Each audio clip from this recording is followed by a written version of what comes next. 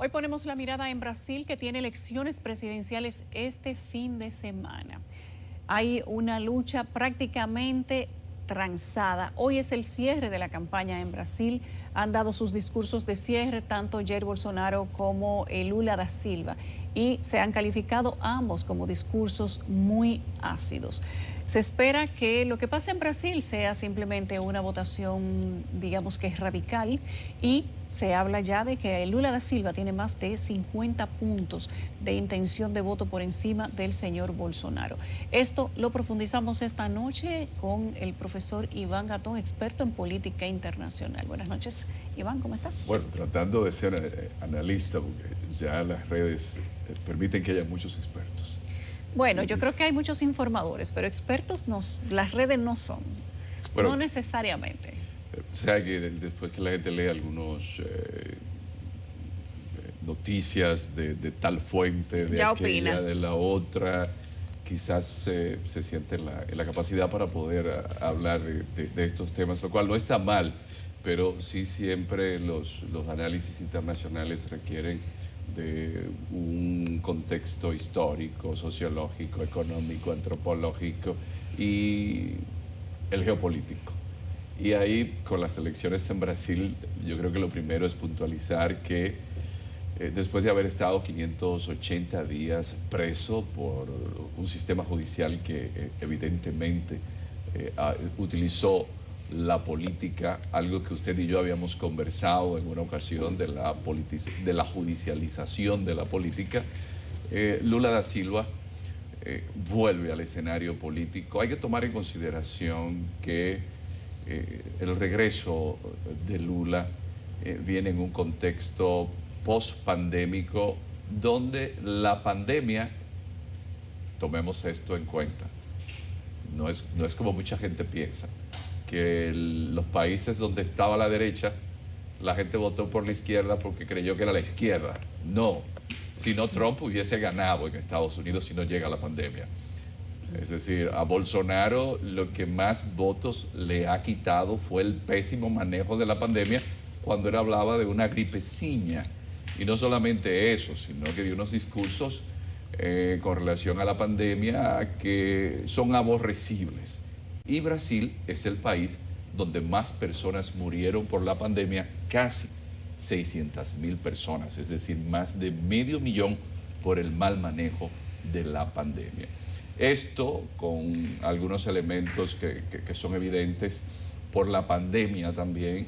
En el mundo, la COVID-19, que parece que se nos olvidó, por suerte el ser humano es así, lo olvida todo con facilidad, de que la pandemia dejó un escenario de posguerra, dejó las arcas del Estado vacías, vino una crisis de inflación y esos elementos al momento de la gente votar, toma en consideración, muy en cuenta, que los supermercados son el indicativo de por dónde van a ir los votos. Esto sin quitarle a Lula, que es un son politicón, es un animal político, está yendo a unas elecciones muy polarizadas y esto es muy importante llamar la atención, el Congreso de los Estados Unidos de América, ambas cámaras, aprobaron una resolución con relación a las elecciones en Brasil, donde conminaban a Bolsonaro a aceptar el resultado de las elecciones. Oigan bien, Estados Unidos avisa a Bolsonaro de que él va a perder, ya ellos le están diciendo que va a perder. Que si no acepta el resultado de las elecciones, van a romper las relaciones con Brasil. ¿Por qué? Porque Bolsonaro, hay algo que ya se le había acusado anteriormente, y es que Bolsonaro tiene mayor incidencia en las redes sociales. Los medios, quizás el medio noticioso principal de Brasil son las redes sociales. Entonces él tiene más incidencia en las redes sociales y ha estado desacreditando el sistema electoral. Incluso él dijo que no había forma de auditar el voto electrónico en un país donde van a votar más de 140 millones de personas. Brasil es un país que tiene 213 millones de personas. Ahora, Brasil es un país que está llamado a ser una potencia mundial, es decir, es un país que tiene todos los recursos. 8,5 millones de kilómetros cuadrados tiene Brasil, aunque, bueno, hay una zona que es la Amazonía que tiene 3 millones de kilómetros cuadrados y es desde el Tratado de Tordesillas, que fue el que delimitó a finales del siglo XVI el espacio que le tocaba a España y Portugal, y entonces Brasil ocupa en América Latina un espacio que con los únicos 2 países con los cuales no hace frontera es con Ecuador y con Chile, y tiene una incidencia muy importante en cada uno de estos países.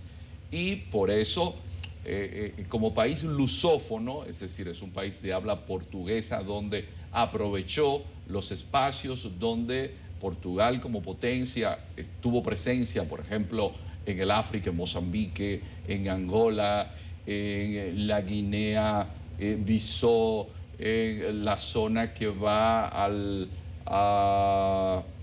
Atlántico, cercano a las Islas Canarias, como Cabo Verde, la zona de las Islas Azores. Y Brasil fue quien tomó ese espacio que Portugal, que había sido la gran potencia, que había llegado incluso hasta las Islas Molucas y toda la zona que va a Timor y pasando por Macao, fue con Lula que se tomó ese espacio. Por eso es importante ver que estas elecciones en Brasil vamos a tener a un Celso Amorín, porque se evidencia que quien va a ganar las elecciones es Lula, porque si van a una segunda vuelta, que se llevaría a cabo el 30 de octubre,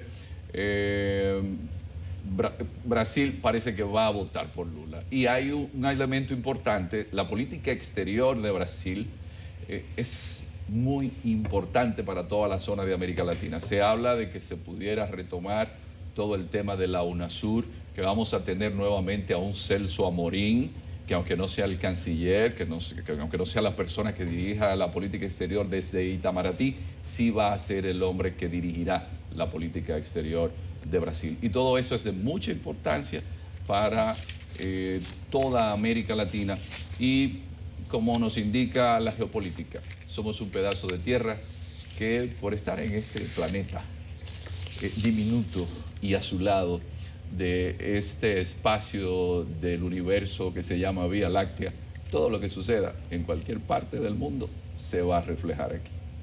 Gracias al profesor Iván Gatón. Con usted me despido.